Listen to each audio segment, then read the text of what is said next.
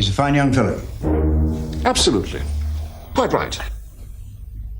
Very well, moving on.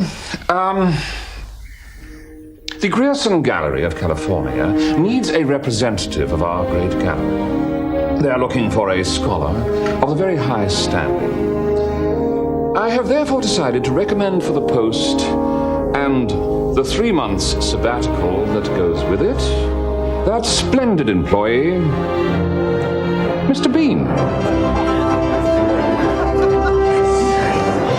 All those in favor? Yes! Excellent. Carried. Our loss is America's gain. David! Got a letter from the Royal National Gallery. They're recommending a guy called Bean to represent them. Bean? I can't say I've heard of him. Oh, letter signed by Doctors Rosenblum and Cutler. Well, that's impressive. They say he's a man whose incontrovertible genius dwarfs our own meager talents. Rosenblum and Cutler said that.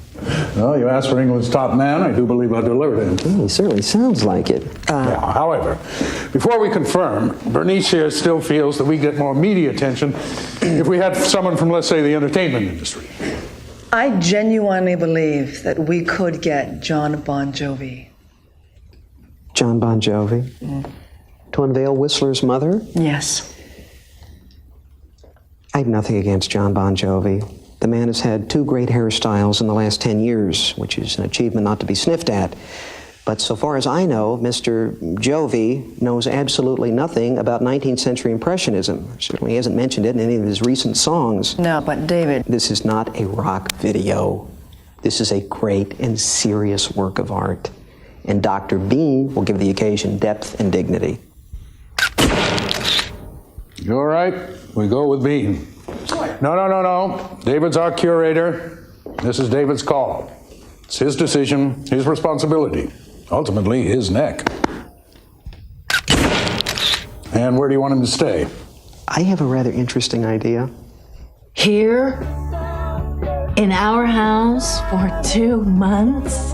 Oh, David, what? Suddenly there's no hotels in Los Angeles? Okay, there's no need to get excited here. I just thought, this is the Royal National Gallery of England's top man. I thought it'd be very exciting to have around, to learn from, and talk to. And So do we know anything about our new best friend? No, I think they might have mentioned it if he was a notorious serial killer. Are you feeling lucky, punk?